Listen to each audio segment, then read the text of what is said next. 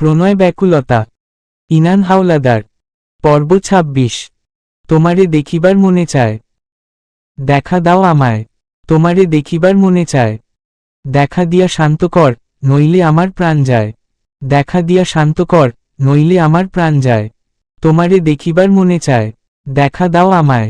তোমারে দেখিবার মনে চায়। একদিন, ২ দিন, ৩ দিন করতে করতে ৭টা দিন পার হলে গেলেও আহি তুর্যের কথা হয়নি। এক বাড়ি, এক ছাদের নিচে থেকেও কতটা দূরত্ব এই অবধি নিজেদের মধ্যে চোখাচোখি পর্যন্ত হয়নি।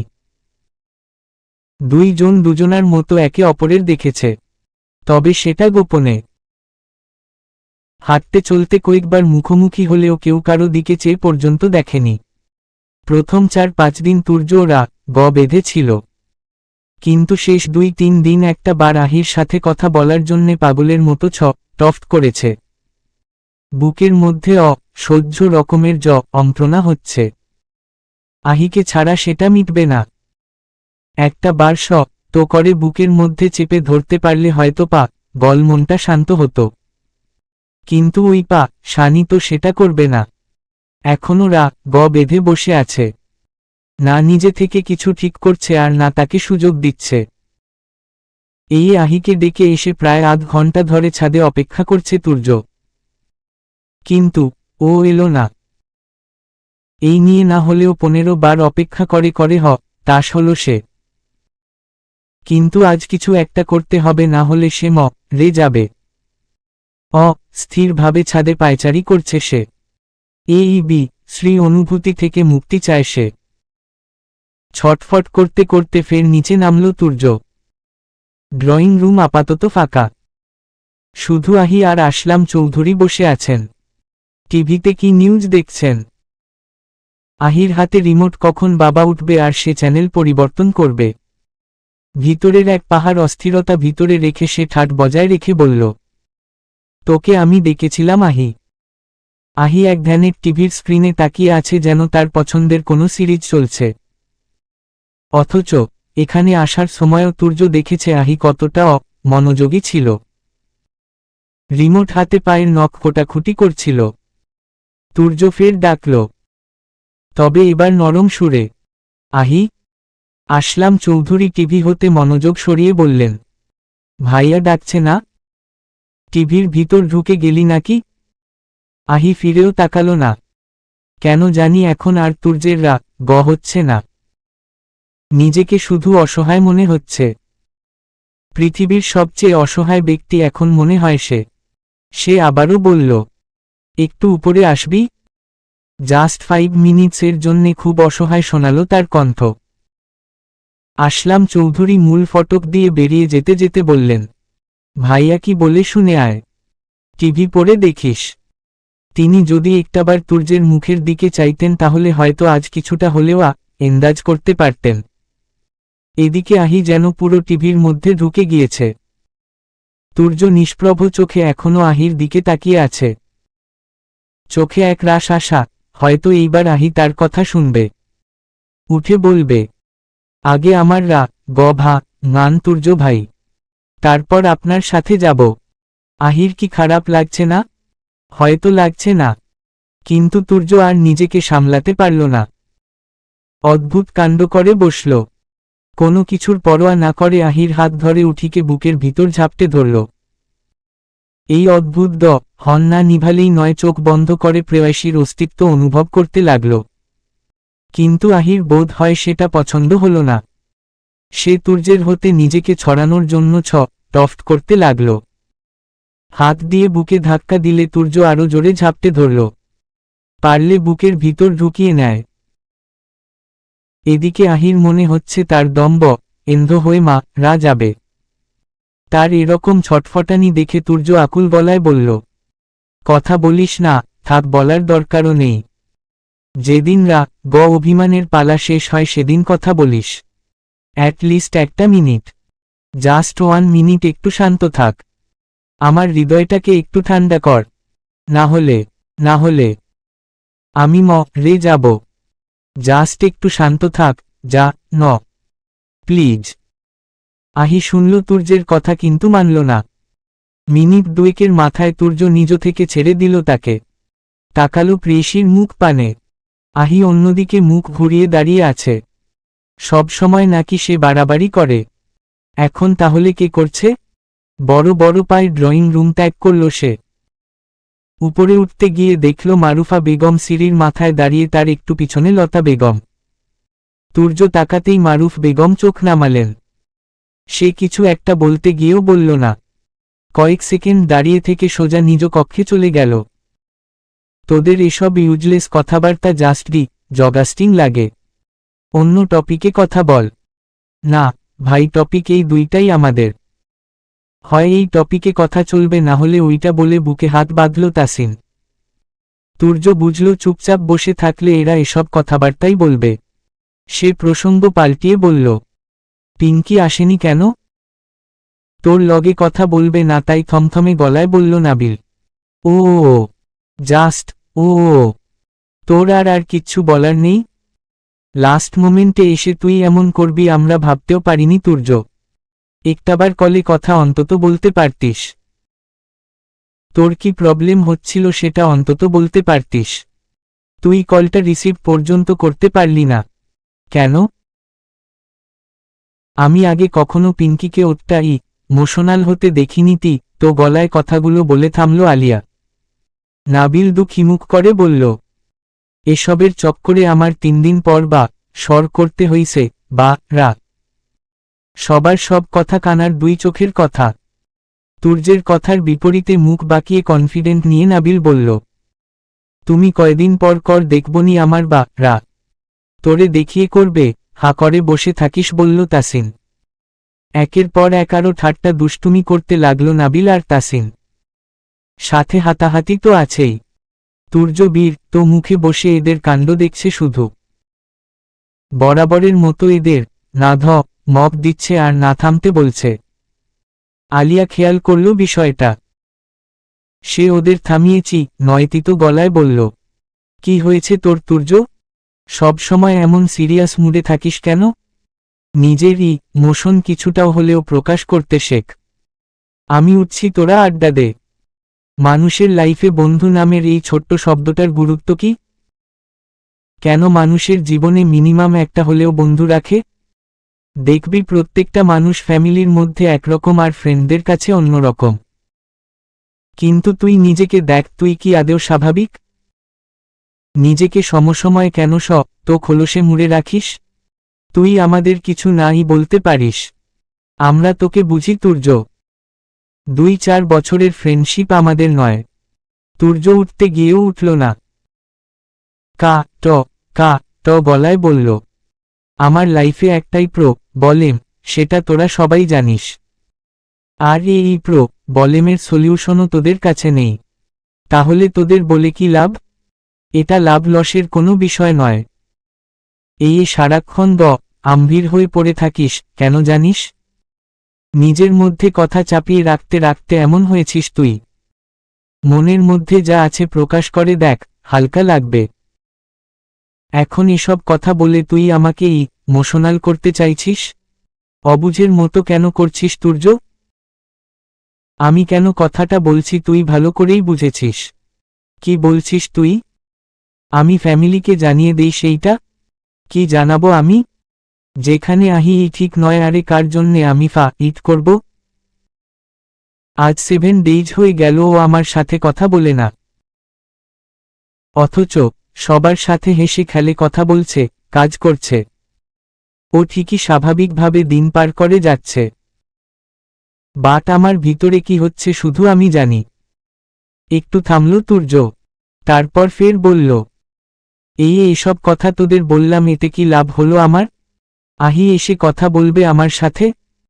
বাড়ি ফিরলে তুর্য ভাই বলে ডাক দিবে? আমার কি লাগবে না লাগবে জিজ্ঞেস করবে? কফির মগ হাতে দৌড়াতে দৌড়াতে আসবে? এসব কিছু হোক বা না হোক, বুকে হাত দিয়ে বল তো, এখন তোর কিছুটা হলেও হালকা লাগছে কিনা?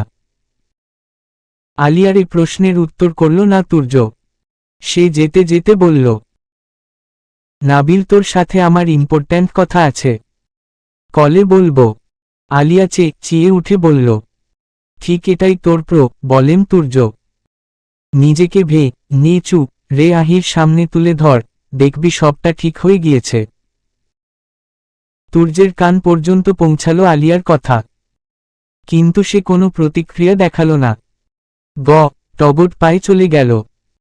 তাসিন আর নাবিল এতক্ষণে হা করে আলিয়ার কথা গিলছিল।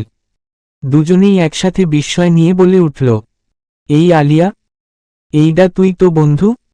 আলিয়া দেখিয়ে বলল, সব সময় ফাইজলামি করবি না, সিরিয়াস মুডটাকেই নষ্ট করে দিস তোরা। তাসিন এবার সত্যিই সিরিয়াস হল। বলল, হলাম সিরিয়াস। এত সবকিছু বুঝিস, তাহলে নিজেরটা বুঝিস না কেন? নিজেরটাও বুঝি, কিন্তু করার কিছুই নেই। একটা কথা বলবি আলিয়া? আমরা সবাই জানতাম নাবিল পিঙ্কিকে ভালোবাসে, আর পিঙ্কিও, কিন্তু তোর তো এমন কেউ লাইফে নেই, তাহলে বিয়ে করছিস না কেন? সেই দিন বিয়েতে আইসাও আন্টি আমারে বলতাছিল তোরে বোঝাইতে, যেন বিয়া করতে রাজি হইস। হুট করে অন্যমনস্ক হলো আলিয়া, যেন কত কিছু ভাবনা চিন্তা করল। তারপর ঠোঁটে হালকা হাসি এঁটেও দাসী গলায় বলল, এই জন্মে আর আমি বিয়ে করব না। জানি পরবর্তী জন্ম বলে কিছুই নেই, যদি থেকেও থাকে সেই জন্মে তাকে চাইব। যদি পাই করলাম বিয়ে, না পেলে আবারও একটা জীবন এভাবেই কাটিয়ে দিলাম। টিকটিক আওয়াজে ঘড়ির কাঁটা ঘুরে চলেছে। আহি ঘুমাতে এসেছে সেই 11টায়। এখন বাজে 2:15। গভীর রাত। ড্রিম লাইটের আলোয় ঘড়িটা ততটাও স্পষ্ট নয়। সে একদৃষ্টিতে দেয়াল ঘড়ির দিকে তাকিয়ে আছে। দুই চোখের কোণা বেয়ে একাধারে জল গড়িয়ে পড়ছে। থেকে থেকে দুই হাতের পিঠে নোনা জলগুলো মুছছে। আবার ইচ্ছা না হলে আর সেটা করছে না। অশ্রুকণাগুলো তাদের মতো বেয়ে চলছে। দুই চোখের কাছের বালিশ সেই জলে ভিজে জবুথবু। তুর্য কত করে তার সাথে কথা বলার চেষ্টা করছে, সে নিজেই বলছে না। তাহলে কেন কাঁদছে? কথা বলাবলি হয়ে গেলে তো আর কান্নাকাটি, দুঃখ কিছুই রইত না। তাহলে কথা কেন বলছে না সে? শুধু 3টা রের জন্যে?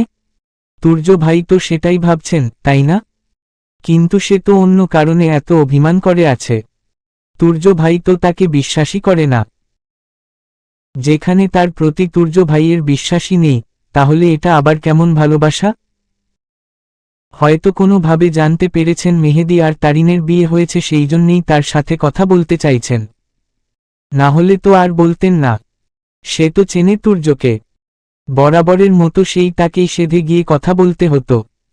কিন্তু এইবারে কি সে এই কাজ করত? কখনোই না। এই আহি কত ভুলো মনের। কিন্তু সেদিন বিকেলে তাকে জড়িয়ে তুর্যের বলা প্রত্যেকটা কথা এখনও অন্তরে গেঁথে আছে তার। শুধু কথা নয়, কথার টোনগুলোও কানে বাজছে। মনে থাকারই তো কথা, সেই দিনই তো তুর্য ভাই প্রথম তার সাথে প্রেমসুলভ আচরণ করলেন। তারপর আরও 15 দিন কেটে গিয়েছে। ভাবা যায়, আচ্ছা, তুর্য ভাই যদি বাড়িতে থাকতেন তাহলে সে এভাবে কথা না বলে থাকতে পারত? তিনি তো ঠিকই বন্ধুদের সাথে ঘোরাঘুরি করে বেড়াচ্ছেন। তার কথা হয়তো মনেও পড়ছে না, ভুলবশত মনে পড়লে হাসি মজায় হয়তো আবার ভুলে যাচ্ছেন। আজ তো ওনার আসার কথা ছিল, এতক্ষণে নিশ্চয় চলে এসেছেন। কোনো সারা শব্দ তো পাওয়া গেল না। গত সপ্তাহেও তো আসার কথা ছিল, কিন্তু আসলেন না। হয়তো এই সপ্তাহেও আসবে না। কেন আসছেন না? কি ভাবছেন তিনি? বাড়ির বাইরে থাকার কারণে সে অস্থির হয়ে পড়বে? নিজে থেকে কল করে আসতে বলবে? জীবনেও না। কিন্তু এভাবেই যদি সে রাগ বেঁধে পড়ে থাকে তাহলে তো সম্পর্কটা এখানেই থেমে যাবে। তার কি একবার তুর্যের কথা শোনা উচিত? সে কি খুব বাড়াবাড়ি করে ফেলছে? হয়তো করছে। আহির এসব নানান চিন্তা ভাবনার মধ্যে হঠাৎ খেয়াল হলো আস্তে আস্তে দরজাটা ফাঁক হচ্ছে। সে কি দরজা লক করে রাখেনি? তারপর হঠাৎ মনে পড়ল, তাহি এসেছিল তার রুমে। আলসেমিতে পড়ে আর লক করা হয়নি। কিন্তু এত রাতে কে আসবে? মারুফা বেগম। সে আস্তে করে ডাক দিল, কে? আম্মু। ইতোমধ্যে আগন্তুক দরজা ঠেলে ঢুকে পড়েছে। লম্বা ছায়া, পুরুষ মানুষের মনে হচ্ছে। একটা দীর্ঘশ্বাস ফেলল আহি। নিশ্চিত তুর্য ভাই। তাছাড়া আর বাড়ির কোন পুরুষই বা আসবে? তাহলে তিনি সত্যিই ফিরেছেন। কখন ফিরলেন? সে তো জেগেই ছিল, বুঝতে পারল না কেন? তার কি ঘুমানোর নাটক করা উচিত? উচিত কি অনুচিত বুঝে ওঠার আগেই লোকটা এসে মেঝেতে হাঁটু গেড়ে তার শিয়রে বসল। আহির দুই গালে আলতো করে হাত রাখল। কেমন বরফ হয়ে আছে হাত দুটো। ঠান্ডা হাতের স্পর্শ পেয়ে কেঁপে উঠল সে। কেন জানি চোখ বন্ধ করেছিল, সেটা দপ করে খুলল। তুর্য হাতে পানির স্পর্শ টের পেয়ে মলিন হেসে বলল, আমাকে তোর দহনে পু রিয়ে মা রছিস, ভালো কথা নিজে কেন পু করছিস? চুপ করে পড়ে রইল আহি। গলার মধ্যে কান্নারা এসে দলা পাকিয়েছে। কখন যেন সেগুলো বেরিয়ে পড়বে। তুর্য হাত সরল তার গাল হতে। তারপর সুইচ চেপে টেবিলে ল্যাম্প অন করল। বলল, কি থেকে কি বানিয়ে ফেলেছিস আমাকে? ভালোবাসলে যে মানুষের ইগো কোথা থেকে কোথা চলে আসে তুই আমাকে বুঝিয়ে দিয়েছিস। আর বোঝাস না, আহি। আমি হারে হারে বুঝেছি। এর থেকে বেশি বোঝাতে গেলে অবশিষ্ট ছাইটুকু আর রইবে না। তুর্যের চোখে চোখ মেলাতে পারল না আহি। কথায় আছে, অল্প শোকে কাতর, অধিক শোকে পাথর, তার অবস্থা ঠিক তেমনই হয়েছে। বুক ফেটে যাচ্ছে তবু মুখে টুকু উচ্চারণ করতে পারছে না। এনবিএসপি এগুলো কি সত্যিই ঘটছে? নাকি এনবিএসপি সে স্বপ্নে দেখছে? ঠিক কতটা কষ্ট পেলে অনুভূতি লুকিয়ে রাখা মানুষটা এতকা তর হতে পারে? এখন যেমন নিজের মধ্যে অপরাধ বোধ কাজ করছে, এতদিন কেন করল না? কেন তুর্যকে সে এত কষ্ট দিল? সে তো বুঝেইনি তার তুর্য ভাই সত্যি সত্যি কষ্ট পাচ্ছে। সে তো ভেবেছিল সে একাই এই নিদারুণ যন্ত্রণায় ভুগছে। একটু বিরতি নিয়ে তুর্য ফের অসহায় গলায় বলল, আমাকে কবে বুঝবি তুই, আহি? আমি এসব কেন করি তোর সাথে তুই বুঝিস না? মেহেদির সাথে তোকে দেখলে আমি ঠিক থাকি না। এত করে নিজেকে কন্ট্রোল করতে চাই, তবুও পারি না। তোকে ওর পাশে দেখলে আমার হয় না। তুই বলেছিলি না আমি যে লাস। তখন তো স্বীকার করিনি। এখন করছি যে লাস স্টিলার, যে লাস সরি ফর এভরিথিং। আর কখনো তোর গায়ে হাত তুলব না। কখনো না। Never ever sorry and I love you very much. এবার আহি সত্যিই কিছু বলতে চায়, কিন্তু পারছে না। গলা দিয়ে কেমন যেন কথা বের হচ্ছে না। কয়েকবার করেও মুখ বন্ধ করে নিয়েছে। তুর্য আবারও বলল, এখনো কথা না বলে থাকবি? সরি বললাম তো। ওকে, আবারও বলছি, হাজারবার বলছি sorry sorry sorry sorry show. আহি এক প্রকার হামলে পড়ল তুর্যের বুকের উপর। হাউমাউ করে কেঁদে উঠল। তুর্য ওকে নিজের সাথে মিশিয়ে নিল একেবারে। মলিন মুখে হাসির রেখা ফুটল। চুলের ভাঁজে এলোপাতারি ভাবে অসংখ্য ক্ষুদ্র ক্ষুদ্র চুমুখেল। খানিকক্ষণ ধরে মন ভরে কেঁদে শান্ত হল আহি। ফোফাতে ফোফাতে কি যেন বলল, যার কিছু তুর্য বুঝল আর বাকিটা বুঝল না। কান্নাকাটির পালা শেষ হলেও পুরুষালী বলিষ্ঠ বুক হতে মাথা উঠল না মেয়েটা। এক পর্যায়ে তুর্য নিজ হতে ছাড়ালো তাকে। দুই হাতে মুখ আজলা করে ধরে মাথা উঁচু করে একটা গভীর চুমু খেল প্রেয়সীর কপালে। বরাবরের মতো লজ্জা পাওয়ার কথা ছিল আহির, কিন্তু তার মুখে লজ্জার কোনো রেখা দেখা গেল না। উল্টে ফের অভিমানী মুখ করল। এটা যে কপট অভিমান সেটা আর বুঝতে বাকি রইল না তুর্যের। সে মহারানীর মুখ খুলবার অপেক্ষায়। কিক্ষণ যেতেই আহি থমথমে গলায় বলল, আমার এখনো পড়েনি। তুর্য ঠোঁট চেপে হাসি সম্বরণ করল। এক্ষেত্রে তাকেও চতুরতার সাথে উত্তর দিতে হবে, না হলে সারা রাত পার হয়ে গেলেও মহারানীর ভাঙবে না। এত নাটক করতে জানে মেয়েটা। তবে বিস্ময়কর ব্যাপার হচ্ছে এই নাটকিনীকেই তার অসম্ভব ভালো লাগে। ঢং আর আহি একে অপরের পরিপূরক। সেও মুখমণ্ডলে কপট গম্ভীরতা টানল। হাসি চেপে ভারী কণ্ঠে বলল, আমি এত মিষ্টি কথা বলে ভাঙাতে এক্সপার্ট নই আহি। যেটুকু বলেছি অনেক বলে ফেলেছি। এইটুকুতেই না হলে অন্য ট্রিক্স অ্যাপ্লাই করব। সেটা তোর জন্যে সুখকর হবে না। তুর্য ভাই কি তাকে থ্রেট দিলেন, নাকি তার অভিনয় ধরে ফেলল? তবে থেমে গেল না আহি। সে আহ্লাদি গলায় বলল, আর কখনো বকা দিবেন না। দীর্ঘশ্বাস ফেলল তুর্য। রাত কম হয়নি, আর সময় নষ্ট না করে পাগলের তালে তাল দেওয়াতেই বেটার। সে নরম কণ্ঠে বলল, ওকে। রুডলি কথা বলবেন না। ওকে। আমি ভুল করলেও কিছু বলতে পারবেন না। ওকে। সত্যিই কিছু বলতে পারবেন না। ওকে। এ যেন আহির পূর্ব পরিকল্পিত ছিল। তুর্য ভাই যখন এসে সরি চাইবেন সে এই সুযোগে এক গাদা প্রতিশ্রুতি নিয়ে রাখবে। এক পর্যায়ে শেষ হল প্রতিশ্রুতি পর্ব। কিন্তু তুর্য সমাপ্তি বুঝল না। সে আহির মুখ পানে চেয়ে আছে, পরবর্তী ওয়াদার অপেক্ষায়। কিন্তু আহি কোনো কথা বলছে না দেখে তুর্য আদুরে গলায় জিজ্ঞেস করল, তারপর? আহি এদিক ওদিক না বোধক মাথা নাড়ল, মুখে বলল, আর কিছু না। তুর্য ভ্রুকুচকে বিস্ময় নিয়ে বলল, আর কোনো প্রমিজ করানোর নেই? মাত্র এইটুকুই? মজা করছেন তুর্য ভাই?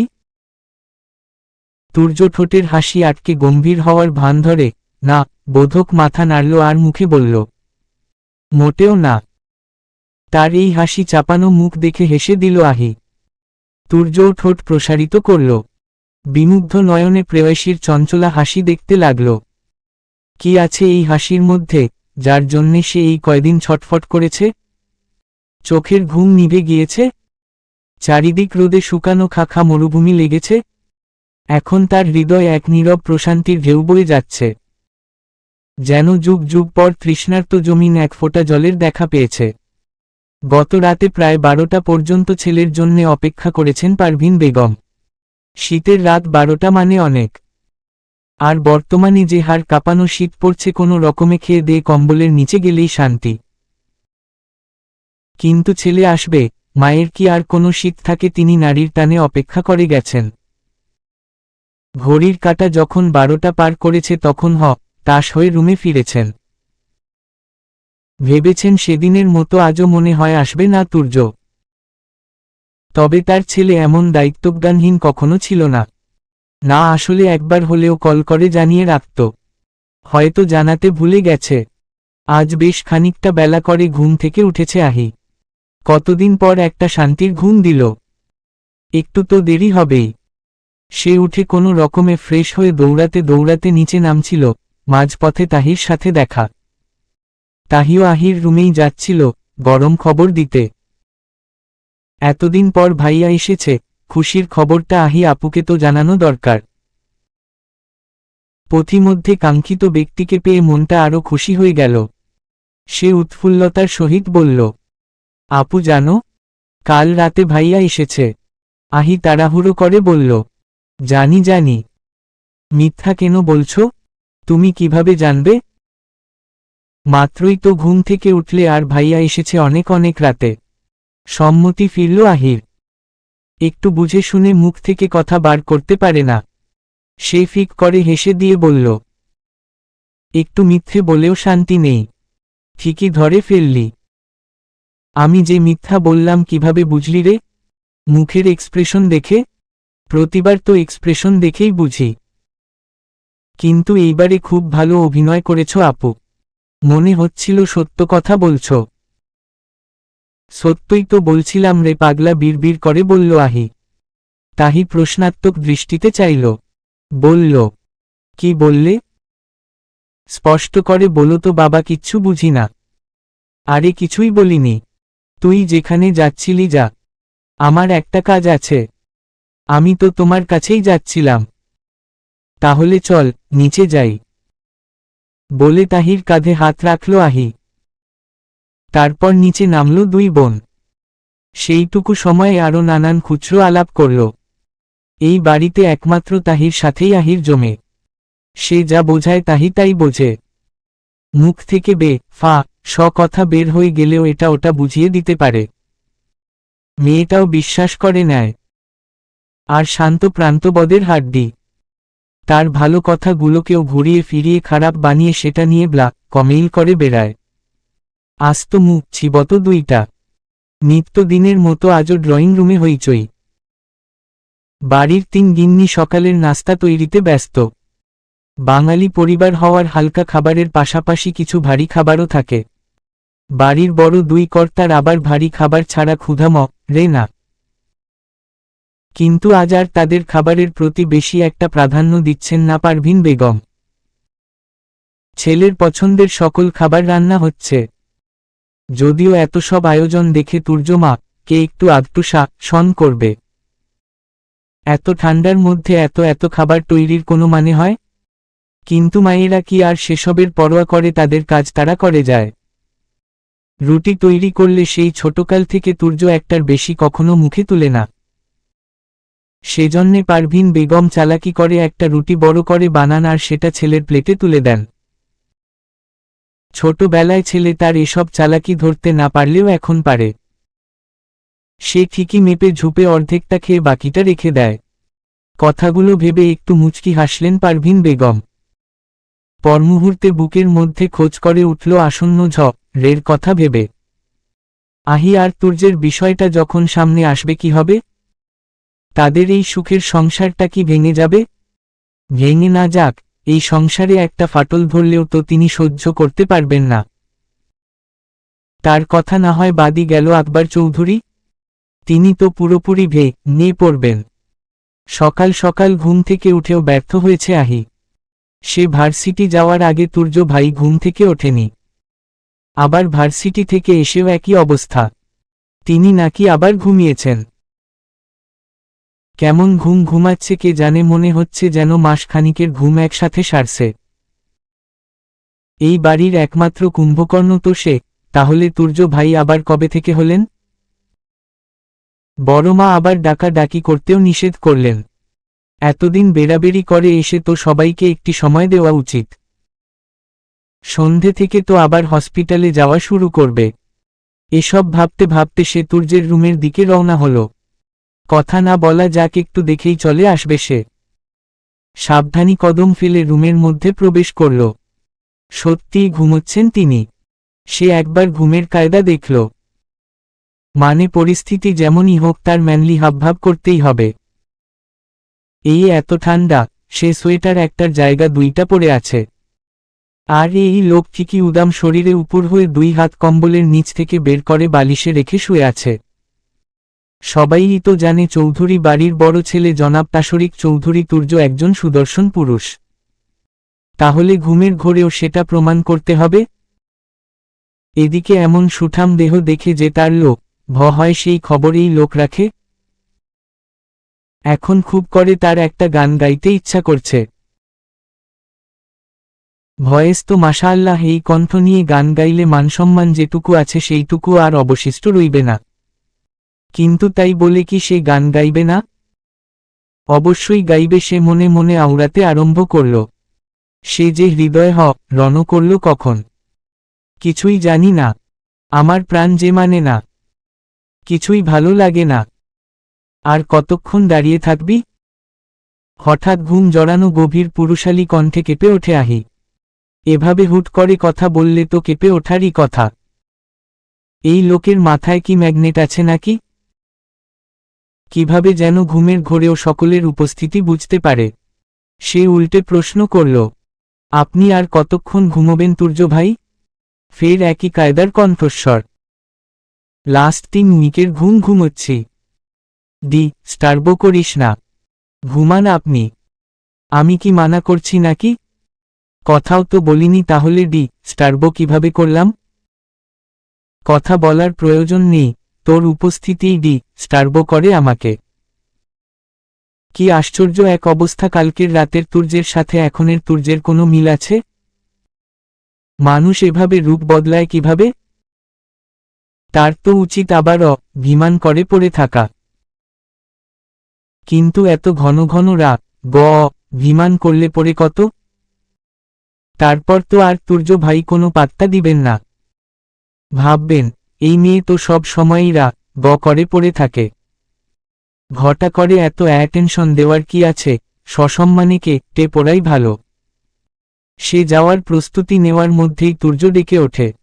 গাঢ় কণ্ঠে বলল, কফি করে নিয়ে আয়। আহি যেন আস্কারা পেল। শুকিয়ে যাওয়া চোখমুখ মুহূর্তে জলজল করে উঠল। এক ছুটে রুম থেকে বেরিয়ে গেল। গন্তব্য চৌধুরী বাড়ির রান্নাঘর। আহি যেতেই তুর্য ঘুরে শুল। বালিশে কনুই ঠেকিয়ে হাতের তালুতে মাথার ভর দিল। গম্ভীর গরনের মুখের চিকন ওষ্ঠ জোড়া প্রসারিত হল। দৃষ্টি ফেলল ছুটতে থাকা এলোকেশির পানে। এভাবে চুল ছেড়ে আসার কারণ কি? গোসল করলে তো এতক্ষণে তো চুলগুলো শুকিয়ে যাওয়ার কথা। তাছাড়াও গোসল করেছে কিনা সন্দেহ, যেখানে গরমকালে বৃষ্টির পর একটু ঠান্ডা আবহাওয়া হলেই গোসলের নাম নেয় না, সেখানে এই নিম্ন তাপমাত্রায় আহি যে গোসল করতে পারে সেটা সে নিজ চোখে দেখলেও বিশ্বাস করবে না। তাছাড়া দুপুরে গোসল নিয়ে মারুফা বেগম লাচ্ছিলেন শুয়ে শুয়ে, সবটা শুনেছে সে। তাহলে চুল ছেড়ে আসার কারণ কি? তাকে ডিউস করা? এক্সট্রা অ্যাটেনশন পেতে চায়? তার একমাত্র অ্যাটেনশনই তো ওইনি বোধ। তাতে সে যেভাবেই থাকুক, গলের বেশে বা পরিপাটি হয়ে। কিন্তু এই লদটাকে এসব কথাকে বোঝাবে? বেশিক্ষণ সময় নিল না আহি। কফি নিয়ে ফের ছুটতে ছুটতে আসল। তুর্য ততক্ষণে ফ্রেশ হয়ে গায়ে গরম কাপড় জড়িয়ে নিয়েছে। আহি কফির মগ দিয়ে তার পাশে বসল। উৎসুক হয়ে জানতে চাইল, কেমন হয়েছে তুর্য ভাই? প্রতিদিন যেমন হয়। আমি কি প্রতিদিন বানাই নাকি? আচ্ছা থাক, তাহলে বলুন প্রতিদিন কেমন হয়?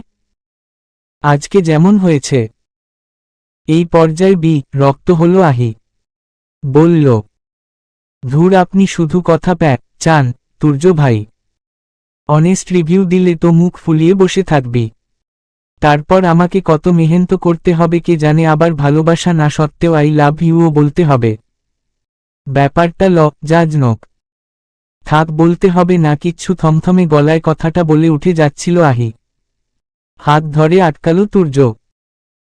হ্যাচকা টানে পুনরায় নিজের পাশে বসালো। এবারে কফির মগ রেখে প্রেয়সীর পানে এগিয়ে গেল সে। পিছন থেকে বাহুবদ্ধ করল তাকে। বলিষ্ঠ দেহের মাঝে আহির ছোট্ট দেহটা ঢাকি ঢাকি অবস্থা। হাঁসফাঁস করে উঠল মেয়েটা। হুট করেই কণ্ঠের পরিবর্তন ঘটল তুর্যের। বলল, তুই তো চাস আমি প্রেমিক সুলভ বিহেভ করি। তাহলে একটু কাছে এলেই এমন করিস কেন আহি? আমার সীমা আমার জানা আছে। কোনো বাড়াবাড়ি হবে না। Stay relaxed. আহি ইতস্তত গলায় ডাকল, তুর্য ভাই। সে বাক্য সম্পন্ন করার আগেই ওর চুলে নাক ডুবিয়ে দিল তুর্য। জড়ানো গলায় বলল, হুম্মম, চুলে কি শ্যাম্পু ইউজ করিস তুই? এ প্রশ্নের উত্তর করল না আহি। সে বলল, ছাড়ু না মাকে। তুর্য নিজের কাজ বহাল রেখেই বলল, ছাড়বো, আগে বল, ছেড়ে দিলেই পালাবি না? সম্মতি দিল আহি। মুখে বলল, আচ্ছা। মুহূর্তেই দূরে সরে বসল তুর্য। আহিও নিজের কথার খেলাপ করল না। মাথা নিচু করে কিছুক্ষণ বসে থেকে বলল, কিছু না বললে আমি যাই। বলবেন কিছু? ঘোর আমার দিকে। সভ্য মেয়ের মতো ঘুরে বসল আহি। তুর্য কিছুক্ষণ তাকে পরখ করে মুখের উপর ঝুঁকে হিসহিসিয়ে বলল, আই লাভ ইউ। চোখ বড় বড় করে তার দিকে অবিশ্বাস্য চাহনি নিক্ষেপ করল আহি। একটু বাদে তুর্য ফের বলল, আই লাভ ইউ, এভাবে কিছুক্ষণ পরপর বলতেই থাকল। এদিকে আহির দুই চোয়াল যায় লাল হয়ে গিয়েছে। সে নতজানু দৃষ্টিতে মিয়ে যাওয়া গলায় বলল, শুনেছি তো। ভ্রু কুঞ্চিত করল তুর্য। সন্দিহান গলায় বলল, শুনেছিস? তাহলে আপনারও কিছু বলা উচিত, আই থিঙ্ক। প্রথমবারেই বুঝল আহি তুর্য কি বলতে চাইছে। সে অকপটে বলল, আমিও ভালোবাসি। ফের ভ্রু কুচকাল তুর্য। বলল, ভালোবাসিস? কাকে? আপনাকে। কেমন ভালোবাসা? বিয়ে করতে পারবি? কখন? আপনি যখন চাইবেন। আহির উত্তরে ঠোঁট টিপে হাসল তুর্য। তাকে জ্বালাতে বলল, এমন অ্যান্সার করে কি বোঝাতে চাইছিস? ওয়াইফ ম্যাটেরিয়াল তুই? সফল হলো সে। আহি অভিমানী গলায় বলল। দেখেছেন তুর্য ভাই, আপনি আবার খোঁচা দিয়ে কথা বলা শুরু করেছেন। এমন করলে আমি কিন্তু বিয়ে করব না। তুই তো করবি, সাথে তোর বাপও করবে। হলে সিট পেয়েছে শবনম। সপ্তাহখানেক আগেই খবর পেয়েছে মেয়েটা। বাড়ির 3 গিন্নি আর আহি জোর করে কয়েকদিন আটকে রেখেছিল তাকে। কিন্তু এখন হলে উঠতেই হবে। অথরিটি তো আর তার জন্যে সপ্তাহের পর সপ্তাহ সিট ফাঁকা রেখে অপেক্ষা করবে না। চৌধুরী বাড়ির সকলে বলেছিল তাকে এখানেই থেকে যেতে, কিন্তু মেয়েটা রাজি হলো না। কয়েক মাস হলে থাকা যায়, কিন্তু এভাবে বছরের পর বছর থাকাটা তার ভালো লাগছে না। চলেই যখন যাবে তাহলে আর কি করার।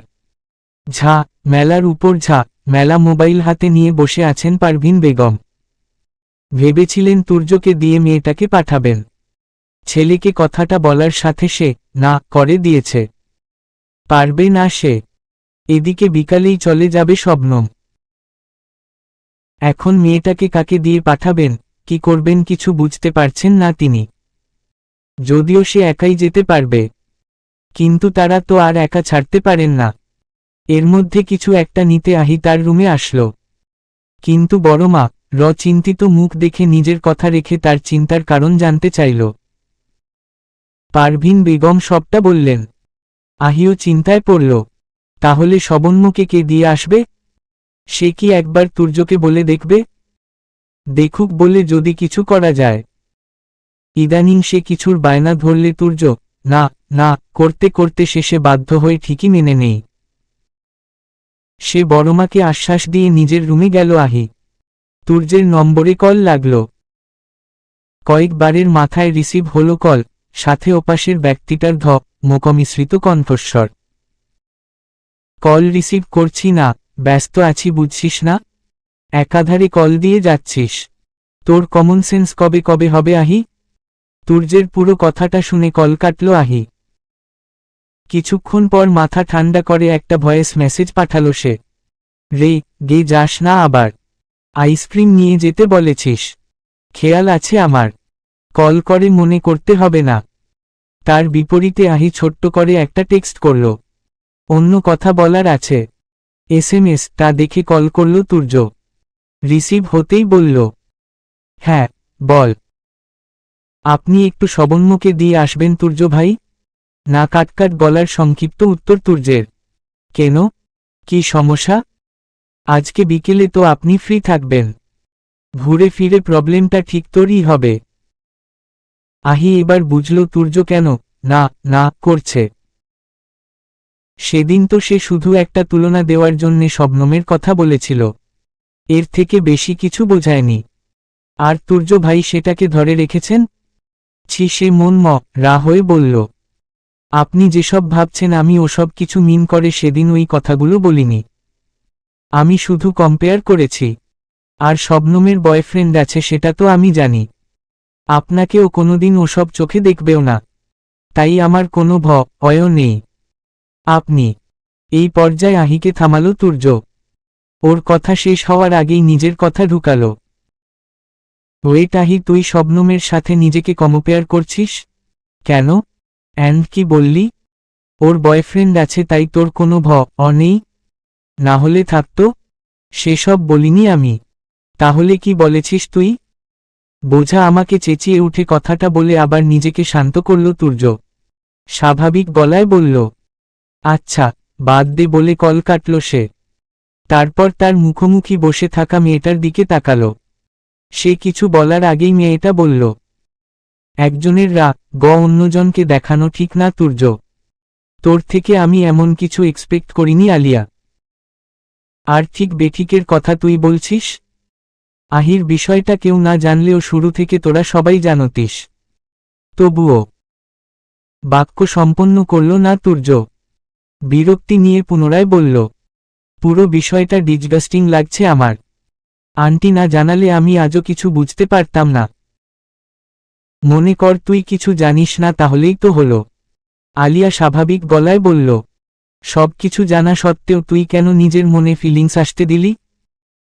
ফিলিংস এসেছে মেনে নিলাম, এখনো মুভ অন কেন করছিস না? এসব মরীচিকা থেকে নিজেকে সামলা আলিয়া। কে বলেছে আমি মুভ অন করছি না? করছি, এমনকি অনেকটা করে ফেলেছি। আর তুই জানিস এসব ফিলিংস থেকে বেরিয়ে আসা কতটা কঠিন। তুই নিজেও তো কম চেষ্টা করিসনি। পেরেছি শাহির মায়া কাটাতে? নিজে তো পারিসনি, আবার কায়দা করে মেয়েটাকে নিজের প্রেমে ফেলেছিস। মেহেদি ছেলেটা ভালোই আছে, এত বেশি ঘর এলোমেলো করে না। ব্যাপারটা তারিনের খুব ভালো লাগে। বিয়ে থেকে এই অবধি তাদের মধ্যে ঘটা ক্ষুদ্র ক্ষুদ্র মুহূর্তগুলো কল্পনা করছে আর রুম গোছাচ্ছে সে। কখনো আবার ঠোঁট প্রসারিত করছে। মেহেদি আগে যেমন সবসময় তার সাথে রূপ ডলি কথা বলত, কেমন যেন অস্বাভাবিক ব্যবহার করত, বিয়ের পর থেকে সেগুলো করে না। বিয়ের প্রথম 1 মাস হালকা পাতলা খারাপ ব্যবহার করলেও এখন মোটেও করে না। আবার মিষ্টি কথা বলে এমনও না, কিন্তু যেসব কথা বলে ইদানিং তারিনের খুব ভালো লাগে। মেহেদির আসার সময়ও প্রায় হয়ে এসেছে। তারিন একবার দেওয়াল ঘড়ির দিকে তাকালো, এক্ষুনি চলে আসবে। ভাবতে না ভাবতেই কলিং বেল বেজে উঠল। সে ডাইনিং পরিষ্কার করছিল। হাতের ছেঁড়া কাপড়টা রেখে দ্রুত গিয়ে দরজা খুলল। মেহেদি ভিতরে প্রবেশ করতে করতে বরাবরের মতো ব্যস্ত ভঙ্গিতে বলল, কি অবস্থা? কি করছিলে? খেয়েছ? এসব প্রশ্নের উত্তর কখনো করে না তারিন। আর করলেও হয়তো মেহেদি খেয়াল করত না। সে প্রশ্নগুলো করে, উত্তরের অপেক্ষা করে না, সোজা বেডরুমে চলে যায়। তবে আজ প্রতিউত্তর করল তারিন।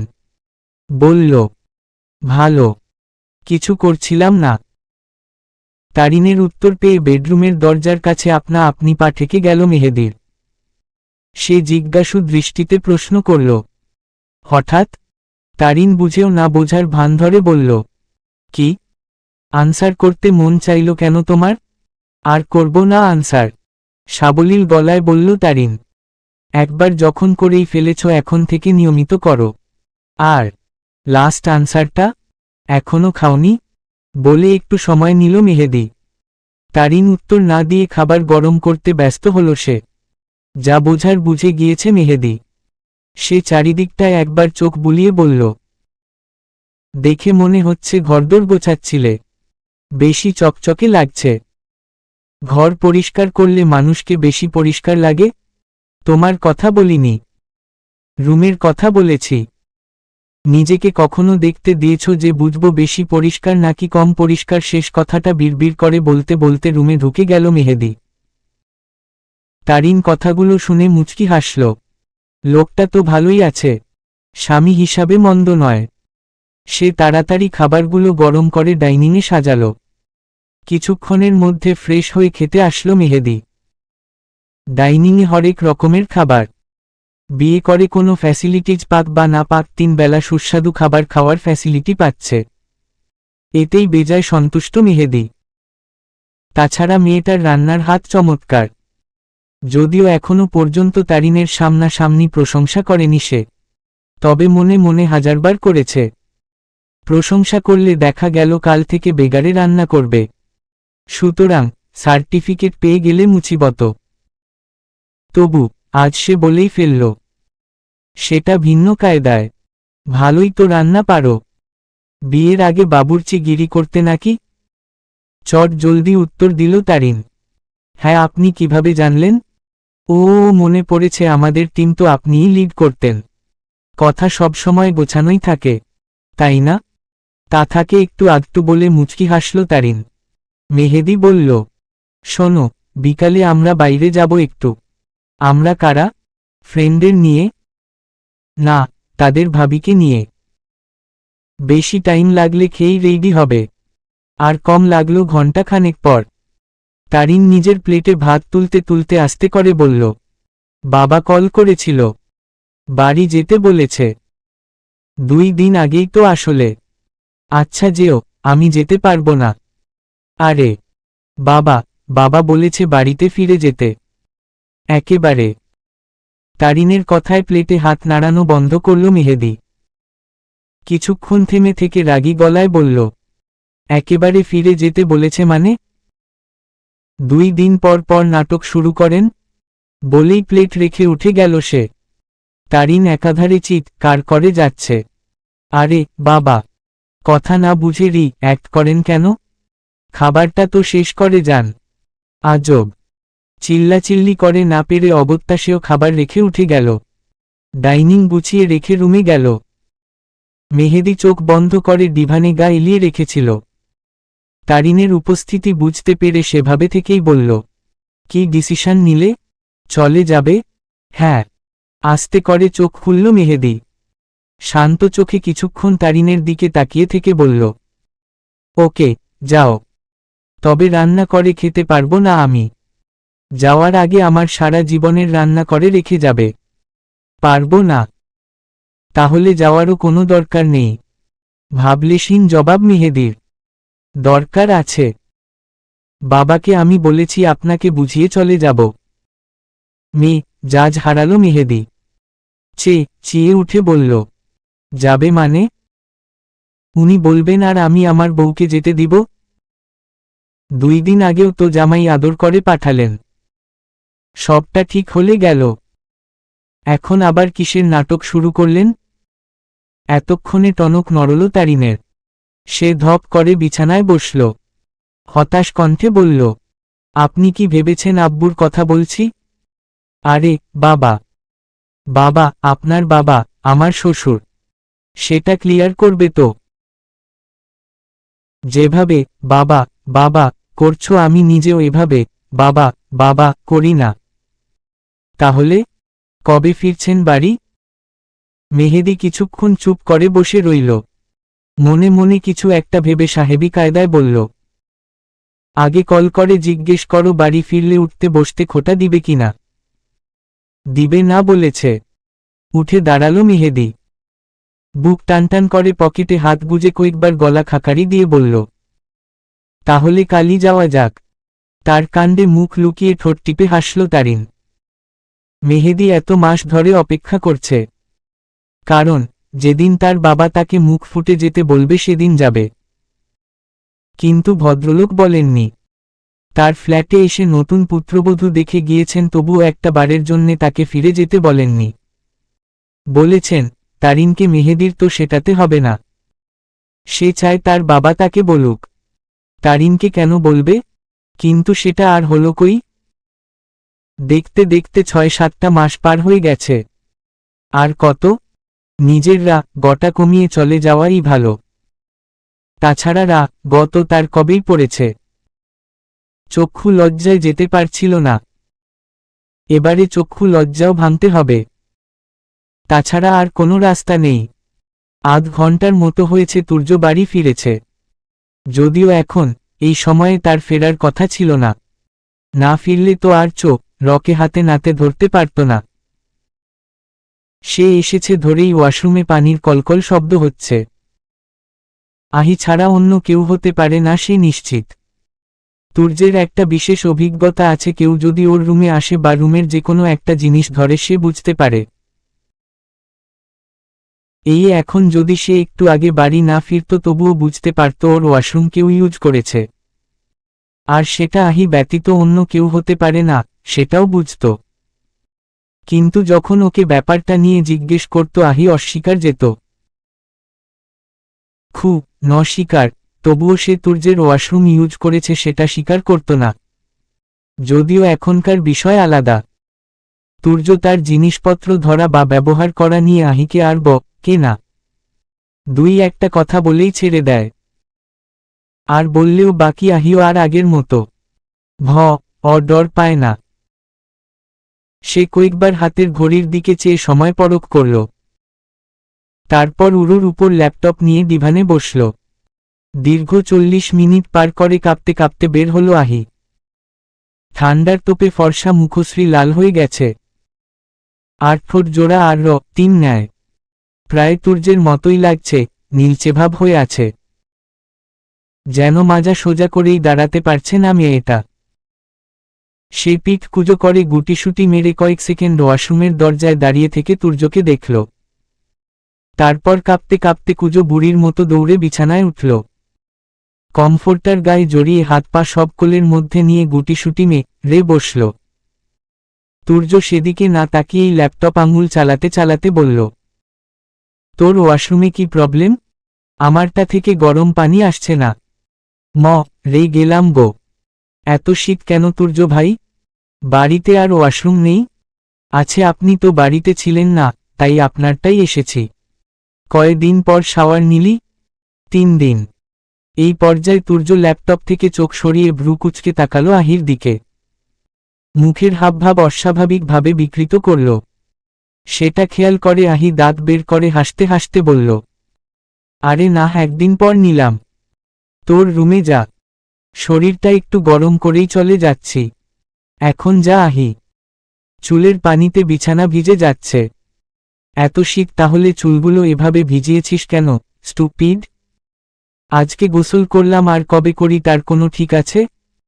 তাই শ্যাম্পু করে রাখলাম। তুর্য বিস্ময় নিয়ে আহির দিকে তাকিয়ে থেকে আরেক দফা নাক শীতকাল। তারপর আবার কাজে মন দিল। আহি মিনিট 5 সেভাবেই বসে থাকল। এখন একটু শুতে পারলে ভালো লাগত। সে তুর্যের দিকে চাইল। লোকটা তার কাজে খুব মনোযোগী। আহি তার দিকে আর চোখে চেয়ে দেখতে দেখতে আস্তে করে শুয়ে পড়ল। কিছুক্ষণ পর উপলব্ধি করল চোখ জোড়া লেগে আসছে। কথায় বলে, বসতে দিলে খেয়ে চায়, খেতে দিলে ঘুমোতে চায়, আহিরও তেমনটাই হল। শুয়ে থাকতে থাকতে এক সময় ঘুমিয়ে পড়ল সে। এতে তুর্যের কোনো ভাবান্তর দেখা গেল না। মেয়েটা তো সবসময়ই এমন করে, অবাক হওয়ার আর কিছুই নেই। আর এখন একটু বেশি বেশিই করবে, এটাই স্বাভাবিক। সে তার হাতের কাজ সেরে শাওয়ার নিতে ঢুকল। কিছুক্ষণ বাদে শাওয়ার নিয়ে একেবারে চেঞ্জ করে বের হল। না চাইতেও বিছানায় চোখ দিল। আহির হা করে, হাত পা ছড়িয়ে উল্টা পাল্টা শোয়া দেখে মুচকি হাসল সে। দিনে দুপুরে কিভাবে গভীর ঘুমে তলিয়ে গেছে গাধাটা। সে একবার দরজার দিকে চাইল। ভেজিয়ে রাখা আছে। এগিয়ে গিয়ে ভিতর থেকে লক করল। এখনই খাবারের ডাক পড়বে। আর স্টুপিডটা কিভাবে বেঘরে ঘুমোচ্ছে। তার রুমে এভাবে ঘুমোতে দেখলেও বা বিষয়টা কেমন দেখাবে। ভাবতে ভাবতে আহির পাশে গিয়ে বসল। বের করে রাখা হাত জোড়া কম্বলের নিচে ঢুকিয়ে দিল। মুচকি হেসে নাকের মাথা ধরে একটু টেনেও দিল। আহি চোখ মুখ কুচকে মুখে হালকা শব্দ করতেই তুর্য দ্রুত পাশ থেকে উঠে পড়ল। শটান হয়ে দাঁড়িয়ে মুখশ্রী গম্ভীর করল। আহি মোচড়া মুচড়ি করে আবার শান্ত হয়ে গেল। তুর্য সেটা দাঁড়িয়ে দাঁড়িয়ে দেখে ড্রেসিং টেবিলের সামনে গিয়ে দাঁড়াল। চুলে চিরুনি চালাতে চালাতে আয়নার মধ্যে দিয়ে এনবিএসপি দেখতে লাগল প্রেয়সীকে। তারপর কিছু একটা ভেবে চোখ মুখ গম্ভীর করে ভারী কণ্ঠে বলল, ঘুমা, এরপর কি হতে চলেছে তুই ভাবতেও পারছিস না। Even I have no idea. তুই আমাকে নিরাশ করবি না, আই নো যা ন। ভাবনাটা শেষ করে আহির দিক হতে নজর ফেরানোর আগেই ড্রয়িং রুম হতে শোরগোল ভেসে আসল। আসলাম চৌধুরীর গলার আওয়াজ ভেসে আসছে। চামেচি করছেন খুব। বাকিরা বোধ হয় তাকে শান্ত করার চেষ্টা চালাচ্ছেন। ওৎকার করার কারণ জানতে চাইছেন। তুর্য আরেক পলক আহির দিকে তাকাল। অতপর নিচে নামল। বাড়ির সবাই সেখানে জড়ো হয়ে গিয়েছে, শুধু আকবর চৌধুরী ব্যতীত। তুর্যকে দেখে আরেক দফা ফুঁসে উঠলেন তিনি। চলবে।